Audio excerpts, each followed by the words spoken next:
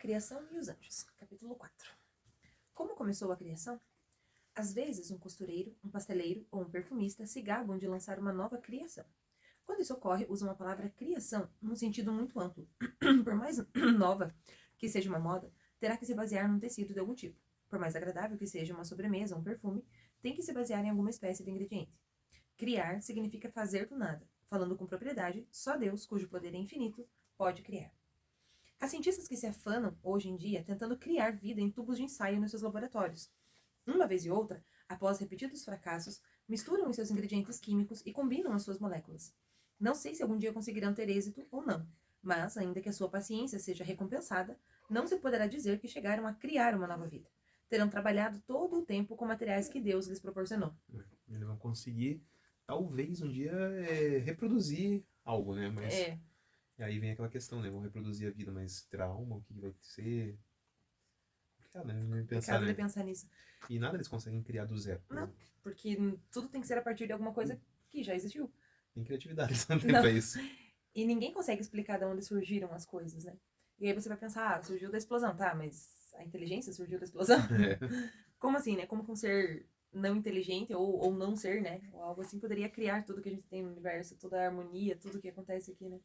Sim. Se a pessoa pensa um minuto na criação, é impossível você pensar que não tem um ser inteligente por trás de tudo aquilo, né? Né? Imagina um coisinho desse tamanho aqui, tudo funciona. Desde o início, a barriga, né? Desde a barriga tudo funciona. Era interessante ver na Zeco, assim, a sucção dela, o ar saindo, o ar não, né? O líquido saindo do nariz, assim, né? Entrando e saindo do nariz, ela fazendo um movimento de respiração. Nossa, é fantástico tudo você era perfeito, pensar. o batimento cardíaco, tudo, né? O intestino, o rim funcionando, o xixi que faz. Tudo dentro do útero. Bem pequenininho. E agora com esse tamanho também. Quando Deus cria, não necessita de materiais ou utensílios para criar. Desculpa que eu não consigo no pé.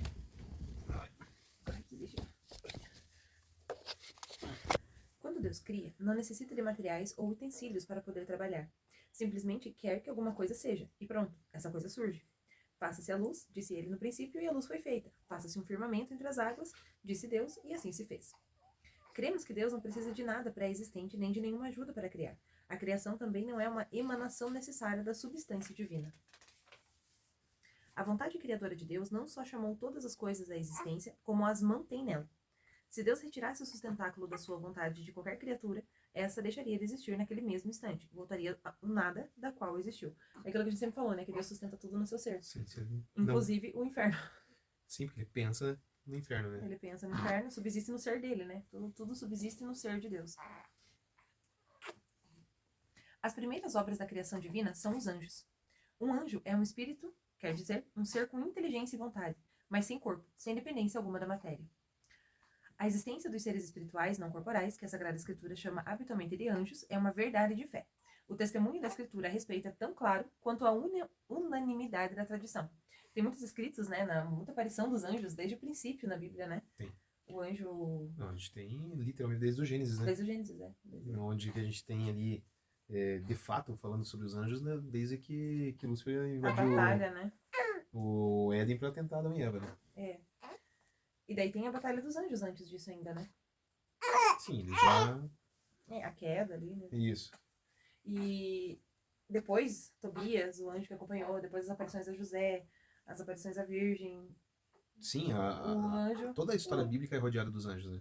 No Antigo Testamento também, né? No Antigo Testamento, sim, e no Novo Testamento também. Principalmente quando, por exemplo, Pedro é resgatado da prisão. Sim, que os anjos aparecem lá. Né? O anjo tira ele da cadeia, depois ele chega até onde estavam os apóstolos, ele bate na porta e eles dizem, não, mas é o anjo de Pedro, não é Pedro. Então, eu acho que ele era bem conhecido, né? Não dá a impressão, assim, que o anjo sempre estava junto com eles, assim? Provavelmente, e assim, talvez por eles confundirem Pedro, o anjo tinha tal semelhança com Pedro que proferia as mesmas palavras, né?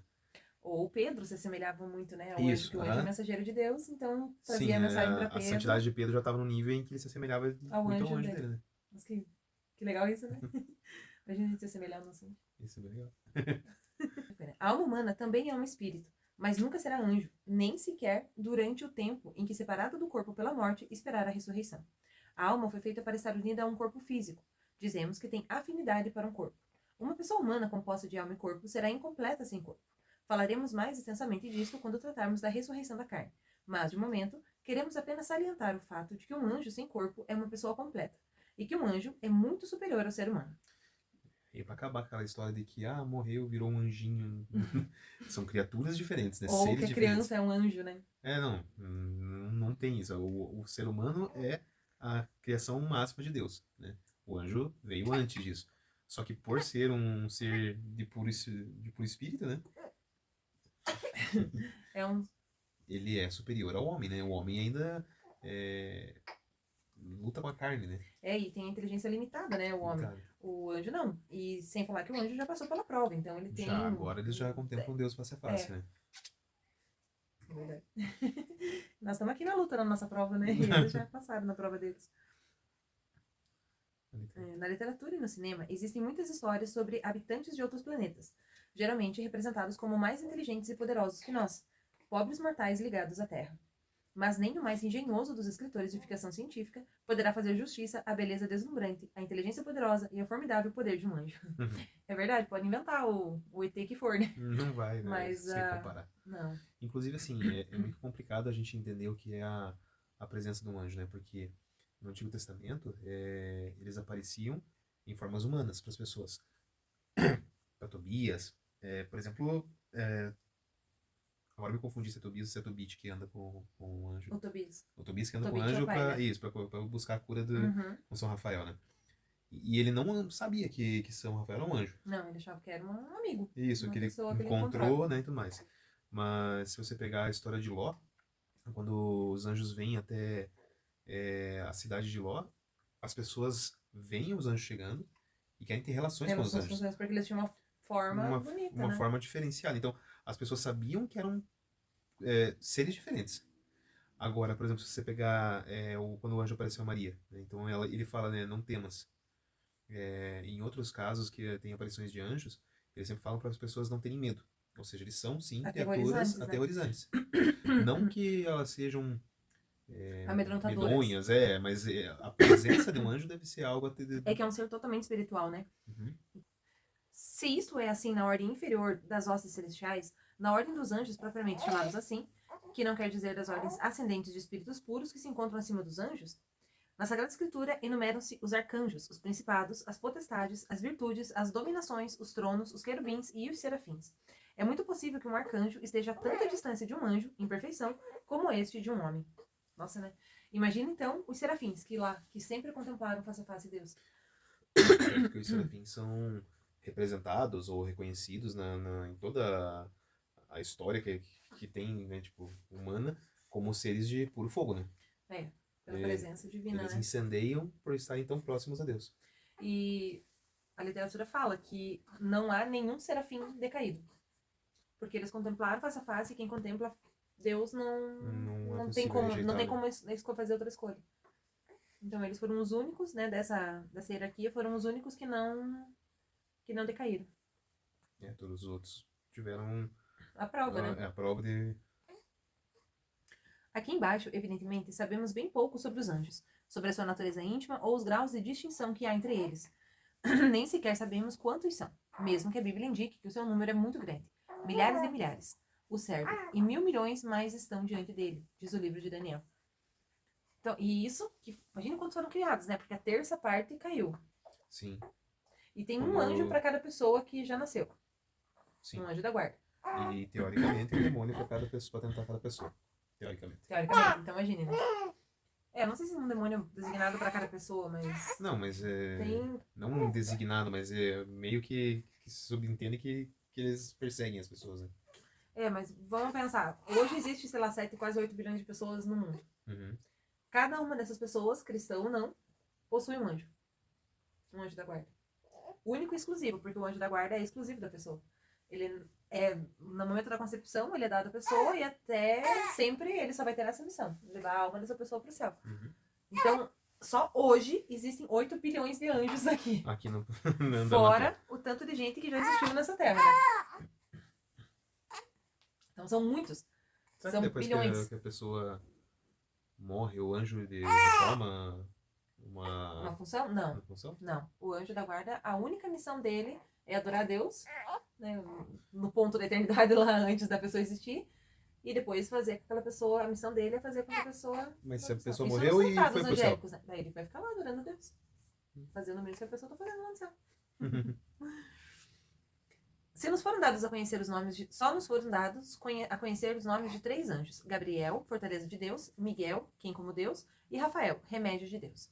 É como se Deus se tivesse contentado com deixar-nos vislumbrar apenas a magnificência e as maravilhas que nos aguardam no mundo para além do tempo e do espaço. Como as linhas de perspectiva de um quadro conduzem a atenção para o assunto central, assim os coros ascendentes dos espíritos puros levam irresistivelmente a nossa atenção para a suprema majestade de Deus. De um Deus cuja infinita perfeição é incomensuravelmente superior à do mais excelso dos serafins. Então a gente já fica impressionado com o poder, com a potência de um anjo. E um anjo é um nada perto de Deus, né? Sim, agora você pensa o que é a santidade da Virgem Maria. Que é a rainha. Ela é a rainha dos anjos e todos os anjos se curvam perante ela. Nossa. Imagine, né? O que é então a perfeição humana. E aí que tá, né? Se Nossa Senhora ela é a perfeição humana, ela é o que a humanidade deveria ser.